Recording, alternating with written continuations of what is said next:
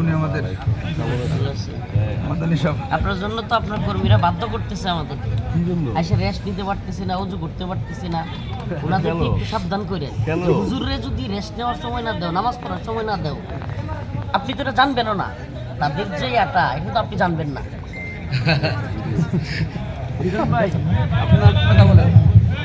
আচ্ছা শুনেন, এই এই এই তোমরা বসো। আমরা তো একটা মানুষকে কখনো বিচার করতে চাই না। আমাদের এই হুজুর রফিকুল ইসলাম মাদানী সাহেব কতটা অত্যাচারের মধ্যে, নির্যাতনের মধ্যে বিগত সরকারের সময় ছিলেন সবাই জানেন না আপনারা? ওনার শরীরটা তো ওরাই খারাপ করে দিছে। ওনার শরীরটা বিগত সরকার ওনারাই খারাপ করে দিছে। আপনি আপনার যে নেতা বা আপনি যার প্রতিনিধিত্ব করতেছেন সে আসলে এমনটা চায় না, এটা আপনি বুঝতেছেন না। সে এমনটা চায় না, কিন্তু আপনি করে ফেলতেছেন। এই জিনিসটা ভালো হয় না, এই জিনিসটা দিন শেষে ক্ষতির কারণ হয়। গতকালকে না এর আগের দিন একটা নিউজ দেখলাম, আশ্চর্য হয়ে গেছি। এক মহিলা মাদ্রাসায় ঢুকছে চুরি করতে। চুরি কি করতে ঢুকছে? চুরি করতে ঢুকছে। হুজুরদের গিয়া পকেট হাতায় রাতের বেলায়। গেটের ভিতরে মাদ্রাসা একটা গেট খোলা ছিল, কেমনে জানি ওই গেটের ভিতর দিয়ে ঢুইকা ওই মহিলা সুন্নি সুর তো কোন যেত না, মহিলা হইলে কি হয় সুন্নি। তো এই সুন্নি হুজুরদের পকেট হাতাইতেছে, বিভিন্ন জিনিস টিনিস নিয়ে যাইতেছে। এখন ছাত্ররা হঠাৎ করে সিসি ক্যামেরায় দেখছে, সিসি ছিল, সজাগ হইয়া তারে গিয়া ধরছে। আমাদের সমাজে স্বাভাবিক কালচার কি, সুরে ধরলে প্রথমে মানুষ দুই সাইডটা দেয় কি দেয় না। পোলাপান তারে মারে নাই, মহিলা মানুষ বাঁধছে, বাইন্দা একটু পানি মারছে। কি মারছে? পানি মারছে। মহিলা মানুষ এভাবে প্রকাশ্যে বাইন্দা পানি মারুক, এটা আমিও চাই না, কিন্তু মাদ্রাসার ছাত্ররা সুরে দূরে কইরা ফেলছে। এই সরকার কি করছে জানেন? ডক্টর মোহাম্মদ ইউনূসের সুরের সরকার, সুরের সরকারেরা এরা এই ছাত্রগুলোরে ধরে জেলখানায় দিয়েছে। আপনারা জানেনই না, খবরই রাখেন না, দেশ কোথায় যাচ্ছে। সেই মাদ্রাসা তালিবুল ইলমদেরকে ওই সুরের পক্ষ নিয়া এই জুলকারনাইন সায়ের নামের এক ভণ্ড আছে, এই সাংবাদিক নামের আল জাজিরার তথাকথিত সাংবাদিক নামের এই বাংলাদেশের গোয়েন্দা সংস্থার দালাল, এই সায়েরের কথায় কিংবা আরো কয়েকজনের কথায় এই ইন্টারিম সরকার এই মাদ্রাসার তালিবুল ইলমদেরকে জেলখানায় ধরে নিয়ে গেছে। কল্পনা করা যায়? আপনি সহ্য করতে পারবেন? একটা চুরনির জন্য রাষ্ট্র চুরের সাজা না দিয়া, চুরকে জেলে না নিয়া, আজকে মাদ্রাসার ছাত্রদেরকে জেলখানায় নিয়ে যাচ্ছে। মগের মুল্লুক শুরু হয়ে গেছে না হাসিনার মতো? হ্যাঁ, তাইলে হাসিনার মতো যদি কেউ মগের মুল্লুক তৈরি করে এই দেশকে যদি কেউ হাসিনার লেভেলে নিতে চায়, তাহলে তার পরিণতিও তো হাসিনার মতোই হবে। এজন্য আবারও বলছি, দেখবেন এই তথাকথিত নোবেল বিজয়ী এই লোক শেষ বয়সে এই জাতির সামনে লাঞ্ছিত হবে। মাত্র তো 12 তারিখ পর্যন্ত কয়দিন, এই অল্প সময় অপেক্ষা করেন, লিখে রাখেন রফিকুল ইসলাম মাদানী ছোট হুজুর কি বলছিল, কথাগুলো স্মরণ রাখেন। আজকে জানুয়ারি মাসের 6 তারিখ আপনাদের এই 30 সালে প্রোগ্রামে বলে গেলাম, কারণ আপনি মাদ্রাসা তালিবুল ইলমদেরকে দুইটা জেলখানায় দিয়ে দিবেন, অপ্রাপ্ত বয়স্ক ছোট ছোট বাচ্চাদেরকে। আলেম আতাউর রহমান বিক্রমপুরী, মানুষের ভুল থাকতেই পারে, ভুল মানুষের থাকতে পারে, আমাদেরও আছে, আমরা ভুলের ঊর্ধ্বে না, কেউ ফেরেশতা না, কিন্তু একজন আলেম হকপন্থী যে কোনো আন্দোলনে শরিক হয়, জুলাই আন্দোলনে সবচাইতে সামনে থেকে শরিক হয়েছে, আজকে ওই লোকরে ওই শেখ মুজিবের আমলের এক আইন 90 দিনের মামলা ছাড়া 90 দিনের জেল, মানে এটা কোনো মামলা নাই, কিছুই নাই, 90 দিন তারা বন্দি করে রাখবে। এটা কোনো কথা? এটা কোনো কথা? এটা মাইনা নেওয়া যায়? তাইলে হাসিনাও যা করছিল আপনারাও তাই করতেছেন। তাইলে এই নতুন বন্দোবস্ত, এটা কোন বন্দোবস্ত? এটা কোন নতুন বন্দোবস্ত? যে আলেমরা জীবন দিল, যাত্রাবাড়িতে শত শত হাফেজরা জীবন দিল, আমরা রাজপথে মিছিল, মিটিং, আন্দোলন করলাম, বুলেটের সামনে মায়ের কাছ থেকে, স্ত্রীর কাছ থেকে বিদায় নিয়ে আন্দোলন করলাম, বছরের পর বছর জেল খাটলাম, 26 দিন রিমান্ডে থাকলাম, আমাদের আওয়ামী লীগ সরকারের প্রশাসন আমাদের কাপড় চোপড় খুলে ফেললো আলেমদের এরকম ভাবে বন্দি করার মতো দিন দেখবার জন্য। এই দিন দেখবার জন্য আমরা এগুলো করছি। মাদ্রাসার তালিবুল ইলমদেরকে চুরি করলো মহিলা, চুরের শাস্তি না দিয়া এই চুন্নি মহিলা যেইভাবে মাদ্রাসার ভিতরে ঢুইকা মাদ্রাসার রক্ষিত জিনিস নিয়ে যাচ্ছে, ওর তো হাত কেটে দেওয়া দরকার ছিল। আস-সারিকু ওয়াস-সারিকাতু ফাকতাউ আইদিয়াহুমা, কার কথা এটা? দেখছেন এরা আল্লাহর আইনগুলোর পরিবর্তন করাইয়া এই চুরগুলো কি সরকার হইছে? মানব রচিত আইন দিয়া এই চুরেরা পুরো সিস্টেম চেঞ্জ করে ফেলছে। আমার সাথে পাশের রুমে জেলখানায় আমাকে যেই বিল্ডিং এ রাখা হয়েছিল ওই বিল্ডিং এর নিচতলায় এক চুরেরা রাখছে আমার পাশের রুমে। আমাকে কিন্তু প্রায় 3 বছর থাকছি, তো একই রুমে রাখে নাই, কিন্তু আবার ভুল বুঝেন না যে হুজুর একটু আগে কইছেন অমুকের সাথে ছিলেন, এখন আবার, কারণ মানুষ তো খালি ফাঁকফোকর খুঁজে, বুঝছেন? 3 বছর প্রায় ছিলাম, তো রুমে ছিলাম মেলাডি, কয়ডি, অনেকগুলো রুমে ছিলাম, মানে মহিষিঙ্গা বাসায় কোয়েলছি আর কি, অনেকগুলো রুমে ছিলাম। তো আমি যখন প্রথম যাই আমাকে রাখা হয়েছিল মদখোর সুর বাটপারদের সাথে, প্রথম 8 মাস, কয় মাস। আমার পাশের রুমে রাত্রের 1টা নাই 2টা নাই, এটা খালি চিল্লায়, কারারক্ষী আইলেই চিল্লায়, আমার বিড়ি দে, আমার বিড়ি দে, একটা বিড়ি দে। কি বিপদটা, হুট করে ঘুমাতে উঠতে শুনি বিড়ি দে বিড়ি দে। হ্যাঁ, বিড়ি না দিলে হ্যাঁ ঘুমায়ও না, আমরাও ঘুমাইতে দেয় না।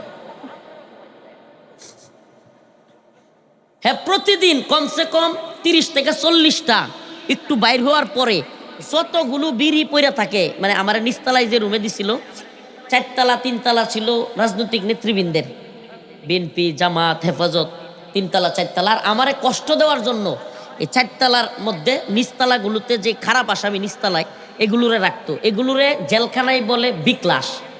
জেলখানায় কি বলে? একবারে সব পরিচিত একটা নাম, বিক্লাস। তো এই বিক্লাসদের সাথে ওই মাঝখানে আমার কষ্ট দেওয়ার জন্য একটা নষ্ট রুমে রাখছিল। রাত্রি 2টার সময় ওইটা চিল্লায় খালি, আমার একটা বিড়ি দে, আমার একটা বিড়ি দে, প্রায় রাত্র। হায় রে, মানে ঘুমাইতেও পারি না, কিচ্ছু না। এখন সহালে উঠে দেই যে 30-40টা করে বিড়ির ফুটকি দলহরে একটার পর একটা, যে একটু একটু থুয়ে দেয় না মানুষ, খায়া ফেলায় দেয়, একটার পর একটা খায়া শেষ করে। কেউর কথাও শোনে না, একটু মানে মাথায় একটু সমস্যা প্লাস সুর। এখন যে কথার জন্য এটা বলতেছি, এখন হের হঠাৎ করিয়া মানে মনে হয়েছে যে আমার ইনো থাকলে সেলের মধ্যে আটকায় রাখে, আমার বিড়ি খাইতে ঝামেলা। তো একটু আমি যদি হসপিটালে যেতে পারি, কারাগারের ভিতরে হসপিটাল থাকে, হসপিটালে আবার রুগীদেরকে খোলামেলা রাখে, একটু জায়গা দেয়, হেই নো মনে হয় আমি গেলে সুবিধা পাবো। হ্যাঁ, গেছে হসপিটালও 2 থেকে 3 দিন থাকছে। থাকার পরে হঠাৎ কইরা কারারক্ষীরা সবাই গরম ফায়ার, কি হয়েছে হসপিটালের কেসি পায় না। কি পায় না? কেসি পায় না। এটা বলো কেসি হসপিটালের মশারি, হসপিটালে কিন্তু রুগীদেরকে মশারি দেয়, কারাগারের মশারি হসপিটালেও, কিন্তু মূল রুমগুলোতে কিন্তু মশারি নেই, মশারি পায় না, কেসি পায় না। এরপরে হইলো আপনার ওই সিসি ক্যামেরার তার আছে না, তার জেলখানায় সিসি ক্যামেরা আছে, ওই তারও পায় না। হাইরে কারারক্ষীরা দৌড়াদৌড়ি ছুটাছুটি কইরা শেষ পর্যায়ে, ওর নামটা কইলাম না, ও যদি শুনে কষ্ট পায় লাইব, নামটা কইলাম না। শেষ পর্যায়ে গিয়া কেসি যা কিছু আসিন সব তার রুমে পাওয়া গেছে। পরে আমি কারারক্ষীরা কইলাম, কি সর্বনাশটা করছে, বাইরে চুরি করলে জেল আনবো, এইনে চুরি করলে নিব কই?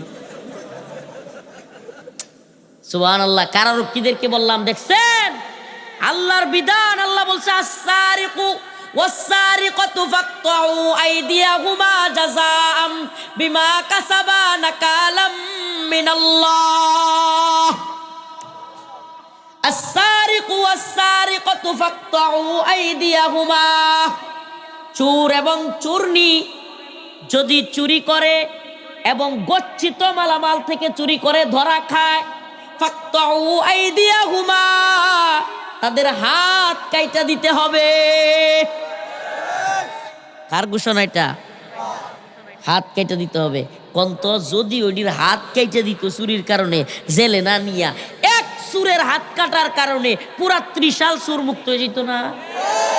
এক চোরের হাত কাটার কারণে পুরা শহর পুরা দেশ চোর মুক্ত হয়ে যেত না? কথা কন না কেন? প্রিয় ভাইরা আমার, হুজুর উপরে বসতে একটু মাথায় পানি দেন না। এক চোরের সাজা দেই ক্যা বাকি চোরেরা, শুনেন, চোরেরা জেলেরও ভয় পায় না, পুলিশেরও ডরায় না, জানে পুলিশে কিছু টিয়া দিলে হেরা সাইরা দেয়। পুলিশ চোর নিতই চায় না, কারণ হইলো এটা কি নিব, এটা হে নগিয়া এর বেরিয়ে যাইব। এরপরে লাত্তি দুইটা দিয়া পুলিশ থানাতে সাইরা দেয়, হেও মজা পায়। চোরেরা এই দুনিয়াটা একমাত্র ডরাইতো যদি জানতো যেই হাত দিয়ে চুরি করে হাতটাই কেটে দেওয়া হইব। চুরি করতো একটাও। তাইলে এই দুনিয়ার শেখ হাসিনা বা ডক্টর মোহাম্মদ ইউনুস ভালো আইন জানে নাকি আমার আল্লাহ? কথা বলেন না কেন? আমার আল্লাহর চাইতে দুনিয়ার কোনো বান্দা যেগুলো ডায়রিয়া হইলে বিস্তারতে উঠতে পারে না, হ্যাঁ, করোনা হইলে গর্তে বাইরে হইতে পারে না, এরা আমার আল্লাহর চাইতে আইন বেশি জানলো। এই খাওয়ায় কে, পালে কে, রিজিক দেয় কে, এই বাতাস দিছে কে, এই যে আলুগুলো দিছে কে, আলু না থাকলে দেখি না, অন্ধকার দিছে কে, এই যে মাইক কথা বলতেছি সারা এলাকা শুনতেছে, এই মাইকের এই আওয়াজ দিছে কে, এই যে জবানের এই পাওয়ার দিছে কে, আবার বুবা বানায় রাখতে পারে কে, এই চোখ দিয়ে আপনারে আমি দেখতেছি আপনিও আমারে দেখতেছেন, এই চোখের পাওয়ার দিছে কে? সুবহানাল্লাহ। এত কিছু দিলেন আল্লাহ, এত কিছু জানেন আল্লাহ, আর আল্লাহ বিধান দিতে জানলেন না। আল্লাহ কি করতে জানলেন না? বিধান দিতে জানলেন না। মানে আল্লাহ বিধান দিতে পারলো না, হাসিনা বিধান খুব ভালো দিতে পারলো, ডক্টর মোহাম্মদ ইউনুসে খুব ভালো বিধান দিতে পারলো। নাউজুবিল্লাহ। ইমান থাকবো আপনার? আমার ইমান থাকবে? আল্লাহর চাইতে বিধানদাতা কেউ আছে? কোরআন বলতেছে ইনিল হুকমু ইল্লা লিল্লাহ, আমারা আল্লাহ তাবুদু ইল্লা ইয়া। হুকুম চলবে একমাত্র, বিধান চলবে কার? আর চিল্লা বলতে হবে জমিন কার, আসমান কার, বিধানদাতা কি? জমিনও যার, আসমানও যার, এই সৃষ্টিও যার, সবকিছু যার, বিধানও। বলেন না বিধানও। নামাজ কার জন্য, রোজা কার জন্য, হজ কার জন্য, কোরবানি কার জন্য? তাইলে সব যদি আল্লাহর জন্য হয়, বিধান কার জন্য হবে? বিধানদাতা মাবুদ যদি পরিবর্তন করে ফেলি, তাইলে আমার ইমান থাকলো নি? বলেন থাকলো নি? আরে এই আইনগুলো কতটা জঘন্য, কতটা জঘন্য, এটা বুঝানোর কোনো ভাষা নাই। চোরের শাস্তি নাই, চোররে যারা ধরছে তারা জেলে। এই তো মানব রচিত আইন। আমার নামে মামলা দিছে, আমি একটা কথা কইছিলাম খালি, আমি সত্যি কই, আজকে আমি কিন্তু কইতে চাইছিলাম যে আল্লাহর বিরুদ্ধে গেলে এমপি মানি না, মন্ত্রী মানি না, প্রধানমন্ত্রী মানি না, রাষ্ট্রপতি মানি না, এইভাবে কইতে গিয়ে রাগের মাথায়, মানে আল্লাহর বাইরে গেলে, আল্লাহর বিরুদ্ধে গেলে, ইসলাম নিয়ে কটূক্তি করলে কসুর মানি না। এই কসু শব্দের লাগে আমার এক কথার নামে মামলা দিছে 8টা। আচ্ছা আমারে বলেন, এক কথায় 8 মামলা হয়? এক কথায় কয় মামলা? 8 মামলা হয়। এক কথায় 8 মামলা দিছে। ও মা, একই কথা একই মামলা 4টা জামিন দিছে আর 4টা জামিন দেয় না। মাহবুবউদ্দিন খোকন আমার মামলার অ্যাডভোকেট, সুপ্রিম কোর্টের বিশাল বড় আইনজীবী, বিএনপির সিনিয়র আইনজীবী নেতা মাহবুবউদ্দিন খোকন সাহেব নেত্রকোনার এক বদমাশ বিচারক, নাম হইল উবাইদুল হাসান, প্রধান বিচারপতি ছিল। তারে প্রশ্ন করছে, মাই লর্ড, আমার মক্কেল রে আপনি 4টা মামলায় জামিন দিছেন, একই দাঁড়ায় অন্য মামলাগুলো জামিন না দেন কেমনে? এই গুন্ডা বিচারপতি কয় কি, কয়টার কোনো জবাব নাই, দিছি। কত বড় গুন্ডা উবাইদুল হাসান, নেত্রকোনা বাড়ি। আমি ভাবছিলাম নেত্রকোনা যেহেতু বাড়ি, দেশি মানুষ আল্লে দিয়া ওলাইতারে, হারে ভিতরে বয়ে বয়ে দোয়া করতেছিলাম, আল্লাহ দেশি মানুষের কাছে গিয়ে মামলাটা পড়ছে। এটা হইলো আরো বড় দালাল আওয়ামী লীগের। হের ভাই হলো সাজ্জাদ, ওবায়দুল হাসানের ভাই। পরে আমি শুনছি ওবায়দুল হাসানের ভাই হলো সাজ্জাদ, এই শেখ হাসিনার ছিল এক সময়ের পিএস নাকি পিএস।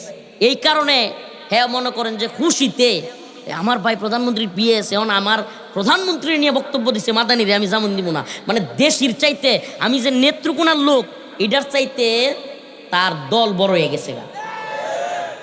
প্রিয় ভাইরা আমার, বন্ধুগণ আমার, কি বুঝলেন? আবার কি করছে দেখেন, অল্প সময় শেষ করতেছি। আমাদের উপর কি পরিমাণ পরীক্ষা গেছে। আপনারা আজকে কষ্ট পাইতে পারেন, আসলে আমার ওই টাইপের আলোচনা আজকে হবে না, হচ্ছেও না, কিন্তু আমি জানি তারপরও আমি আপনাদেরকে কিছু মেসেজ দিব পরীক্ষার, যে আমাদের উপর দিয়ে কি পরিমাণ পরীক্ষা গেছে, এখনো পরীক্ষা চলছে কিভাবে। আমার আরেকটা প্রোগ্রাম আছে তো ফুলবাড়িয়া, মাফ করে দিয়েন, সময় মানে সংক্ষিপ্ত, এই জন্য শেষ করে দিচ্ছি। বলতেছে 10 মাস পরে, কয় মাস, 26 দিন আমার রিমান্ডে রাখছে। আবার প্রায় 10 মাস জেলে থাকার পরে হঠাৎ করে আদালতে গেছি, আমারে জিজ্ঞেস করে পিপি কি। পিপি, আপনারা পিপি ছিলেন তো, মামলা টামলা যারা চালায় বুঝে, সরকারি অ্যাডভোকেটকে বলা হয় পিপি। হ্যাঁ, কইতাছে কি ভাই, ও হুজুর আপনি কি দোষী না নির্দোষ? কয় মাস পরে আমার হচ্ছে রাগ, এটা কিটা কইলো হাইরি। আমি আসলে ওই সময় এতটা বুঝতাম না। কিরে 26 দিন রিমান্ডে রাখলো, ইচ্ছা মতো গাইলেইলো, র্যাবে গাইলেইলো, ডিবি গাইলেইলো, পুলিশে গাইলেইলো, হ্যাঁ, গোয়েন্দা সংস্থার লোকেরা ইচ্ছা মতো আমাদেরকে আঘাত করলো, এমনও জোরে মারছে, এই কানে মারছে মনে করো চেয়ার থেকে পড়ে গেছে, এমনভাবে মারছে। হ্যাঁ, এখন 10 মাস মাইরা জেলখানায় রেখা এখন কয় আমি দোষী না নির্দোষ। আরে আপনারা যারা আইন কিংবা মামলা একটু চালাইছেন এরা জানেন, চার্জশিট দেওয়ার সময় জিজ্ঞেস করে কি, আর চার্জশিট দেয় কতদিন পরে, কারোটা 2 বছর 3 বছর জায়গা। মামলা চার্জশিট দিতেছে 10 মাস পরে, 10 মাস পরে আমার জিগায় কি দোষী না। এর চাইতে হাস্যকর আইন পৃথিবীতে আছে? আচ্ছা তাইলে যদি আজকে আমি কইছি, পরে আমি কইছি যে আমি কিটা কইতাম, পরে ইয়া কইতেছে, আমার উকিলে কইতেছে হুজুর দোষী নির্দোষ বলেন, নাইলে আপনার এখনই সাজা হয়ে যাব। আমি কইছি আমি নির্দোষ কইতাম না, আমি নির্দোষ এখন কইলে আমার বদলি 10 মাস এই বিচারকের জেল খাটন লাগবে। আমি ডিরেক্ট কইছি আমার উকিল রে, আমি যদি নির্দোষ প্রমাণিত হই তাহলে আমার বদলি জেল খাটবে কে? এটা কি ধরনের আইন রে ভাই, কি হাস্যকর আইন। সুর ধরা খাইছে মাদ্রাসা চুরি করতে গিয়ে, সিসি ক্যামেরা আছে, সুর সসম্মানে বাড়িতে পাঠিয়ে দিছে সম্মান দিয়া, আর যারা ধরছে এই 6 জন ছাত্ররে ধরে জেলখানা দিয়ে দিছে। আর এটা তো পুরো একবারে ওই যে মানে তো ঘটনা কোনো সময় নাই, পুরো উল্টা দেশ হয়ে পড়ছি রে ভাই, কিয়ামতের আলামত শুরু হয়ে গেছে গা, উল্টা দেশ হয়ে গেছে গা। সুর থাকবে জেলে, সুর কই বাইরে, যারা ধরছে তারা কই জেলে। সুরের সাজা হাত কাটা, উল্টা হাত না কাইটা তারে আরো চুমা দিয়া সান্ত্বনা দিয়া বাড়িতে পাঠাইছে। মানে তুমি আরো পারলে চুমা গো, তুমি আরো শুনেন, তুমি পারলে আরো চুরি করো, এটা বলা হয়েছে না? এটা এই লোকটার, এই মহিলারা সাইরা দিয়া আর ওদেরকে গ্রেফতার কইরা জাতির সামনে কি মেসেজ দিছে, যে সুরের দল তোমরা আরো চুরি করো, আমরা নিজেরাও চোর, উপদেষ্টারাও চোর, তোমরাও চোর, সুরে সুরে মাস্ত তো ভাই, আমরাই তো। বিষয়টা এমন বোঝা যাইতেছে না যে আমরাও চোর তোমরাও চোর, এই দেশটা চোরের দেশ। সুরে সুরে আলী, এক সুরে বিয়া করে আরেক সুরের হালি, শয়তানের দল। দ্রুত আমাদের এই 4 ভাইকে, ছাত্র উস্তাদদেরকে মুক্তি দিতে হবে। কথা বলেন না কেন? আমাদের এই ছাত্রদেরকে যদি মুক্তি দেওয়া না হয় তাইলে আপনাদের কারাগারে কত জায়গা আছে আমরা দেখব। আমাদেরকে বাধ্য করবেন না, আমাদেরকে বাধ্য করবেন না, আমরা যে কোনো উপদেষ্টার কার্যালয় ঘেরাও করব। আশ্চর্য কথা, আমাদের এই ছাত্রদেরকে মাদ্রাসা থেকে ধরে নিয়ে গেছে। অনতিবিলম্বে সরকারের প্রতি আমাদের আহ্বান থাকবে, দ্রুত সময়ের মধ্যে আমাদের এই মাওলানা আতাউর রহমান বিক্রমপুরী এবং আমাদের এই ছাত্র ভাইদেরকে মুক্তি দিয়ে দেন, আলেম ওলামাদেরকে মুক্তি দেন। প্রথম আলোর বিরুদ্ধে ফেসবুক স্ট্যাটাস দেওয়ার কারণে মাওলানা আইনুল হক কাসেমীকে গ্রেফতার করা হয়েছে, দ্রুত মুক্তি দিয়ে দেন। আলেম ওলামাদেরকে বন্দি রাখবেন না, হাসিনার চাইতেও নির্মম লাঞ্ছনা আপনাদের জন্য অপেক্ষা করছে। এটা বুঝতেছেন না? এখন একদিনে কিন্তু বারুদ ফাটে না, আস্তে আস্তে মানুষের খুব জমা হইতে হইতে হইতে হইতে হঠাৎ করে দেখবেন পরিণতি ভয়াবহ হয়ে গেছে। আমরা সহ্য করতেছি, ধৈর্য ধরতেছি, আমাদের উপর অনেক পরীক্ষা। প্রিয় জাতি, আখের যে মেসেজটা দেওয়ার জন্য কথাগুলো বলছি, আপনাদের প্রতি বিনীত অনুরোধ থাকবে, আমরা যারা ময়দানে কথা বলি, আন্দোলন সংগ্রামে থাকি, ভালো যদি বাসেন আলহামদুলিল্লাহ, আপনাদের জন্য দোয়া করি, আপনারা মোহাব্বত করেন। যদি কথার কথা আমরা দেখতেও না পারেন, দয়া করে আমাদের নামে মিথ্যা প্রপাগান্ডা ছড়াবেন না। আপনাদের প্রতি আজকের আলোচনার মূল মেসেজটা যে আমাদের নামে না যাই না মিথ্যা প্রোপাগান্ডা ছড়ায় না ভাই রে। বিশ্বাস করেন এই দেশ জাতিরে আমরা ভালোবাসি, এই দেশ জাতিরে ভারতের গোলাম হইতে দিব না।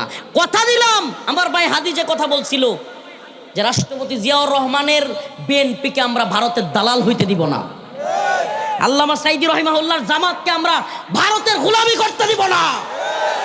কথা দিলাম, আমরা যদি বাইচে থাকি বাংলাদেশে কোনো দলকে, যেই দলই সরকারে আসুক, ভারতের গোলামি করতে পারবে না। ভারতকে যারা দাঁত ভাঙা জবাব দিতে পারবে তারাই সরকারে থাকবে। হাসিনা সরকার থাকতে একটা কথা কইছিলাম যে আমরাও বাহিরে থাকবো আর ভারতের গোলামি চলবে, আলেমরা গ্রেফতার, এই আলেমদেরকে নির্যাতন করা হবে, দুইটা একসাথে হবে না। হয় আমাদেরকে শহীদ করতে হবে, ভিতরে দিতে হবে, না হলে ভারতের গোলামি বন্ধ করতে হবে। আল্লাহ তাআলা আমাদেরকে বুঝার এবং আমল করার তৌফিক দান করুন। আরো জোরে বলেন আমিন। আলিফ লাম মিম আহাসিবান নাস আইয়ুতরাকু আইয়াকুলু আমান্না ওয়া হুম লা ইফতানুন। আল্লাহ বলতেছেন, হে মানুষ, তোমাদেরকে কি পরীক্ষা করা হবে না? তোমরা কি মনে করতেছো তোমাদেরকে এমনি এমনি ছেড়ে দেওয়া হবে? না, তোমাদেরকে এমনি এমনি ছাড়ার সুযোগ নাই, তোমাদেরকে পরীক্ষা করা হবে। সেই পরীক্ষা রাতের গভীরে, এই যে শীতের মধ্যে, কনকনা শীতে, তাহাজ্জুদের সময়ের যে শীত, ফজরের সময়ের শীত, এটা একটা পরীক্ষা আমাদের জন্য। কথা বলেন না? এই সময়ে যারা নামাজ পড়তে পারবে তারাই তো আল্লাহর খাস বান্দা। মিয়া গরমের দিনও পানি দিয়ে উজু করে নামাজ পড়েন তো সহজ, ভাল লাগে। শীতের দিনে যে এই ট্যাপ কিংবা এই কলের পানিটা দিয়ে উজু করে নামাজ পড়তে পারবে, সেই না আল্লাহর প্রকৃত। আল্লাহ তাআলা আমাদের সবাইকে নামাজি বানাক। আল্লাহ তাআলা আমাদের সবাইকে সমস্ত পরীক্ষার উত্তীর্ণ হওয়ার তৌফিক দান করুন। আল্লাহ রাব্বুল আলামিন, আমি যে আয়াতে কারিমা তিলাওয়াত করেছি, পরীক্ষার কথা, সবরের কথা, এবং পূর্ববর্তী নবী আলাইহিস সালাম তাদেরকেও যে পরীক্ষা করা হয়েছে, সেই বিষয়ে আল্লাহ রাব্বুল আলামিন মুমিনদেরকে ইঙ্গিত দিয়েছেন। আলিফ লাম মিম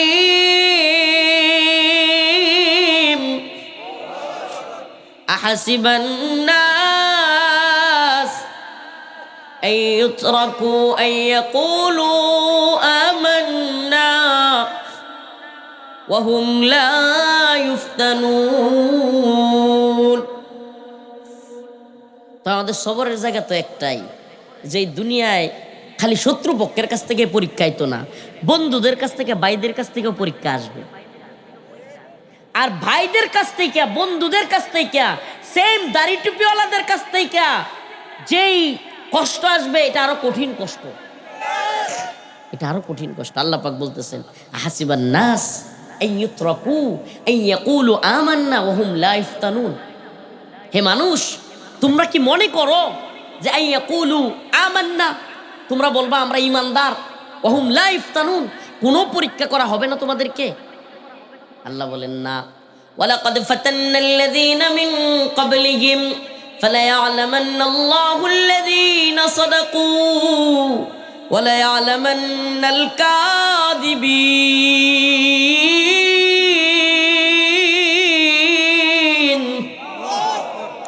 আল্লাহ রাব্বুল আলামিন বলেন, তোমাদের পূর্ববর্তীদেরকেও আমি পরীক্ষা করেছি, যুগে যুগে নবী আলাইহিস সালামদেরকে পরীক্ষা করেছি, হযরতে মূসা আলাইহিস সালামকে পরীক্ষা করা হয়েছে, পরীক্ষা করেছি সামিরীর মাধ্যমে, বাসুরের মাধ্যমে, ফিরাউনের মাধ্যমে।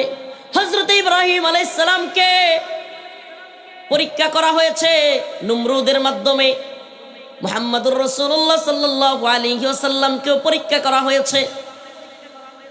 তায়েফে আল্লাহর নবী সাল্লাল্লাহু আলাইহি ওয়াসাল্লামকে পাথর মারা হয়েছে।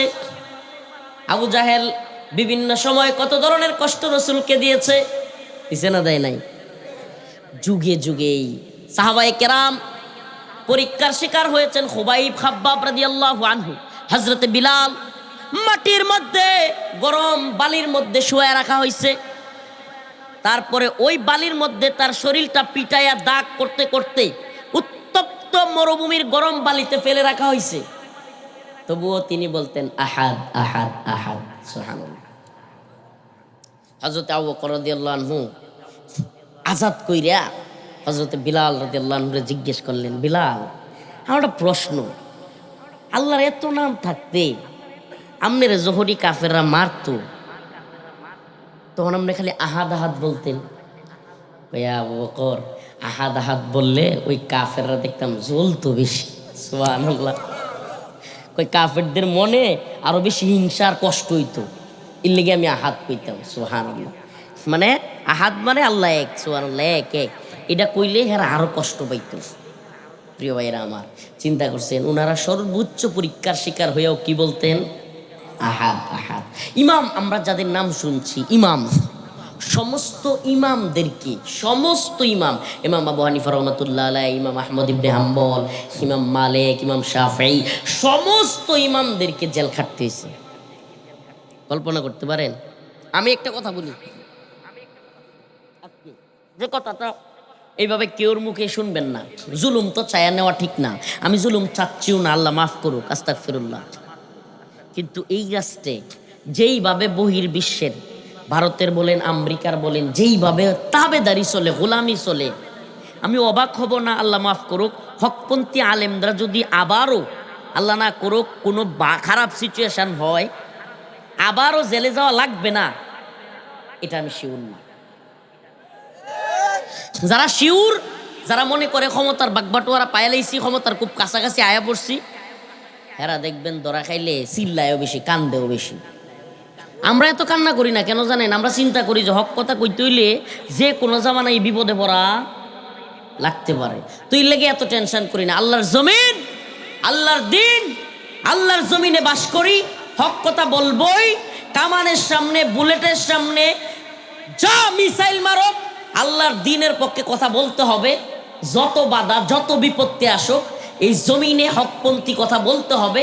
যদি শহীদ হয়ে যায়, শহীদ হয়ে যাব, জেলখানায় যাওয়া লাগে জেলখানায় যাব, কিন্তু আল্লাহর জমিনে কোন সরকারের সময় হক কথা বলা থেকে বিচ্যুত হব না।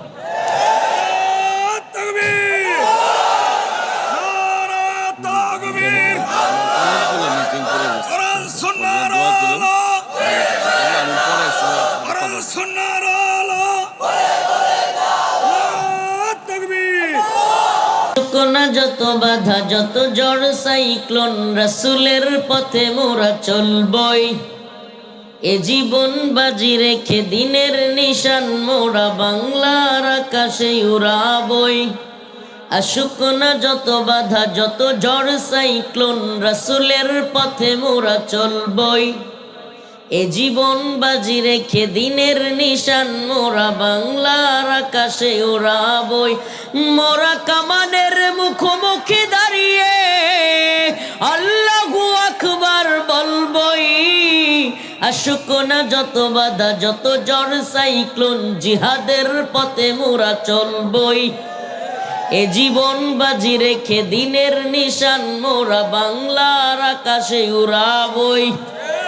রাজি আছেন তো ইনশাআল্লাহ? বাংলাদেশে একটা বাজে সংস্কৃতি চালু হয়েছে।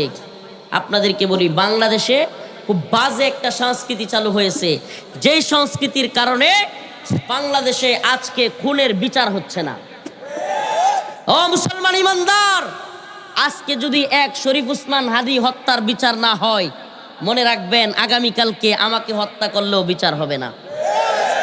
আমার কেন জানি মনে হয় এই উপদেষ্টাদের সরকার শরীফ উসমান হাদি ভাইয়ের হত্যার বিচার না করবার কারণে এই বৃদ্ধ বয়সে আল্লাহ পাক এই ডক্টর মোহাম্মদ ইউনূসকে লাঞ্ছিত করবেন। আমি একটা কথা বলে দিলাম আপনাদেরকে, এই যুবক মানুষের মনে এত ভালোবাসা তৈরি করছে যে যদি ডক্টর মোহাম্মদ ইউনূস সাহেবের সরকার এই শরীফ উসমান হাদি ভাইয়ের বিচার সুষ্ঠুভাবে করে যেতে না পারে, এই বৃদ্ধ বয়সে এই লোক পুরা জাতির সামনে লাঞ্ছিত হবে। লিখে রাখেন, বলে দিলাম। আরেকটা কথা আমাদের যুব সমাজকে বলি, প্রিয় উম্মাহ, প্রিয় জাতি, তোমাদেরকে বলি, বিষয়টা এত সহজ নয়। আমরা যেভাবে চেলচেলায়া চিন্তা করতেছি, চেলচেলায়া সরকার করে যাইতেছে, আবার সরকার হয়ে যাইতেছে, আরেক নির্বাচন হয়ে যাইতেছে, সরকার গঠন হয়ে যাইতেছে, আমি নেতা হয়ে যাব, আমি এই করব সেই করব, এত সহজ বিষয় না, এত সহজ বিষয় না।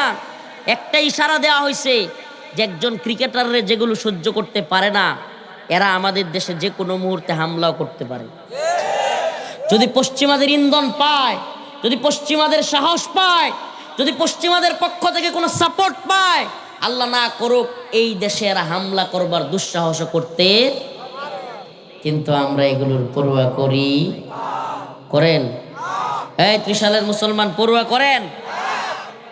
শুনেন একটা কথা বলি, যদি ব্যক্তি রফিকুল ইসলাম মাদানী বাতিলদের পক্ষে চলে যায়, হকের পক্ষে না থাকে, আমাদের কথায় আসবারও দরকার নাই, শুনবারও দরকার নেই। কিন্তু যদি হকের পথে অটল বিচল থাকতে পারি, যে কোনো মুহূর্তে ময়দানে ডাক দিলে ঝাঁপায়া পড়তে হবে। রাজি আছেন ইনশাআল্লাহ? একটা কথা আবারও ক্লিয়ার করে বলে রাখি, এই দেশে তথাকথিত বড় নেতা, এদেশের তথাকথিত বড় অফিসার, এদেশের তথাকথিত বড় উপদেষ্টা, এগুলো জাতির ক্লান্তি লগ্নে দেখবেন সেই হাউসে চলে যাবে, পালায়া যাবে। লিখে রাখেন, এই দেশকে তারাই রক্ষা করতে পারবে, এই উম্মাহকে তারাই রক্ষা করতে পারবে যারা জাতির যে কোনো ক্রাইসিস মুভমেন্টে কখনো জাতিকে ছেড়ে যায় নাই। জাপায়া তারাই পড়তে পারবে। যে হুজুর জাপায়া পড়লে আমাদের কি করতে পারবো আমরা? সুবহানাল্লাহি ওয়া বিহামদিহি। কল্পনা করছিলেন বাংলাদেশ থেকে হাসিনা বিদায় হইব? হয় নাই? হয় নাই? কেমনে হয়েছে? যুবকরা সর্বোচ্চভাবে চাইছে বলেই তো হয়েছে, এবং আল্লাহর পক্ষ থেকে ফয়সালা হয়েছে বলেই কি সরছে। যদি কেউ আল্লাহ না করুক আবারও জালেম হয়ে উঠতে চায়, জালেম হয়ে উঠতে চাওয়ার মাথা ছাড়া দিয়ে ওঠে, মনে রাখবেন তাদের পরিণতি একই হবে। এরা যদি আরাম আয়েশে সুখে শান্তিতে এসি রুমের বাতাস খায়, মনে করে যে আমরা তো উপদেষ্টা হয়ে গেছি, এই হইছি সেই হইছি, কার বিচার হইল, কে কোন হইল না হইল, এগুলো আমাদের দেখবার বিষয় না। আজকে যদি শরীফ উসমান হাদি ভাইয়ের নিরাপত্তা না থাকে, আজকে যদি রফিকুল ইসলাম মাদানীদের নিরাপত্তা না থাকে, কালকে এই উপদেষ্টাদের নিরাপত্তাও থাকবে না। আজকে আমার উপরে, কালকে কিন্তু আপনার উপরে। অতএব আমাদেরকে সচেতন হইতে হবে, খুবই চৌকান্না হইতে হবে। যে আয়াত কারিমা তিলাওয়াত করলাম, আপনাদেরকে স্মরণ করে দিবার চাই যে আল্লাহর কাছে শুধু ইয়াকুলু আমান্না আমান্না, ইমানদার ইমানদার বললেই ছাড় পাওয়ার কোনো সুযোগ নাই। কেন?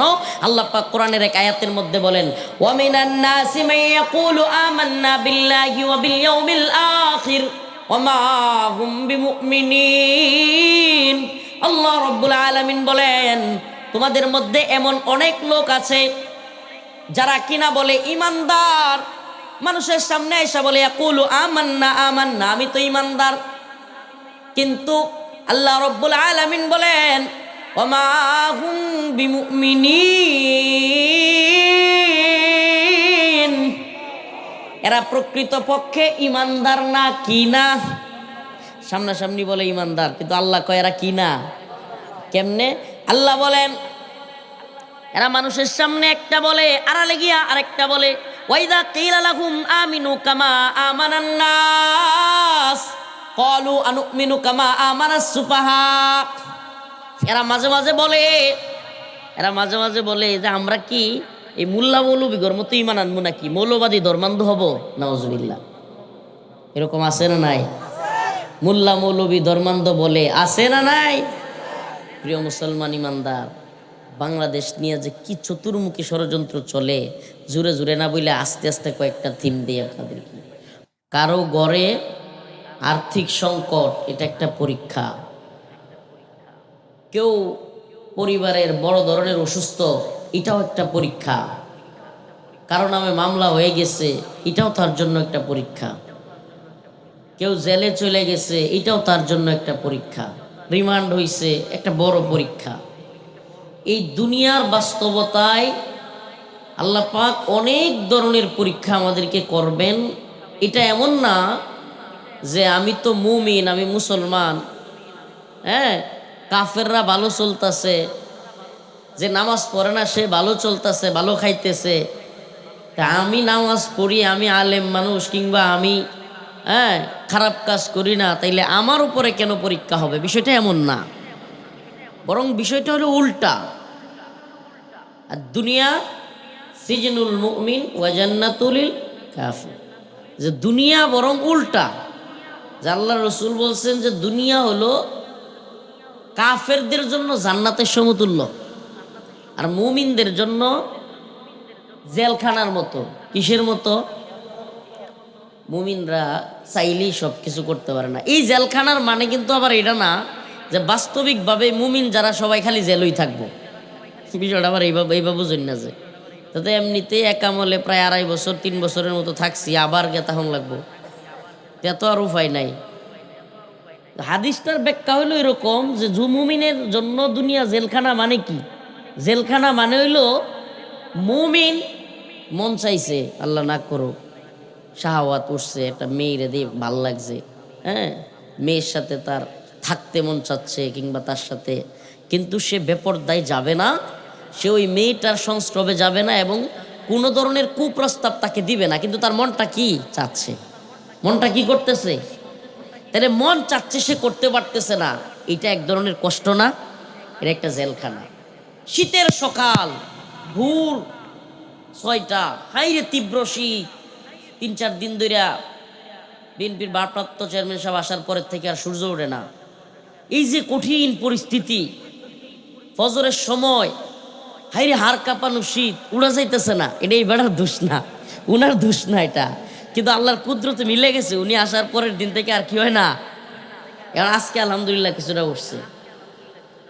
আমি এগুলা কারো সামনে বলি না, এগুলা ফুটানি পছন্দও করি না। অপু ভাইয়ের দাওয়াতে আমি একদিন গেছিলাম, এগুলো আমি কখনোই বলতে চাই না। পিরাপিরি ভাইয়ের, মিয়া নুরুদ্দিন অপু ভাই একসাথে শরীয়তপুরে বাড়ি, প্রায় 2 বছর পাশাপাশি রুমে ছিলাম জেলখানায়, একই পাশাপাশি রুমে। তো বাংলাদেশে সবচাইতে বেশি মোহাব্বত করা একজন লোক বিএনপির ভারপ্রাপ্ত চেয়ারম্যান সাহেবের, এটা হলো অপু ভাই। তো অপু ভাই কয়েকদিন বলছে যে আপনি একদিন আসেন, একটু বসের সাথে কথা বলেন ভাইয়ের সাথে। তো একদিন গেছিলাম, আসর থেকে মাগরিব পর্যন্ত এ আল্লাহর বান্দা, আমি ওপেন বলতেছি, আমি মিডিয়ার সামনে এগুলো বললে সমস্যা কি? এরা হইলো থাম্বনেল দিতে মজা লাগে, এগুলা বলতে চাই না, কখনো আজ পর্যন্ত বলি নাই। উনি দেশে আসার আগে আসর থেকে মাগরিব প্রায় 40 মিনিট রাষ্ট্রের, জাতীয়, আন্তর্জাতিক অনেক বিষয়ে আমি কথা বলছি। 40 মিনিট, 1-2 মিনিট না, কথা বলছেন? এটা আমি কেন বলতেছি যে আমাদের কষ্ট লাগে যখন কিছু লোকের মধ্যে একবার স্থানীয় পর্যায়ের 2-1 লোক যখন দেখি যে মানে অযথাই একটা বিষয়কে কঠিন করতেছে, কষ্ট দিচ্ছে, তখন কষ্ট লাগে এটা যে ভাই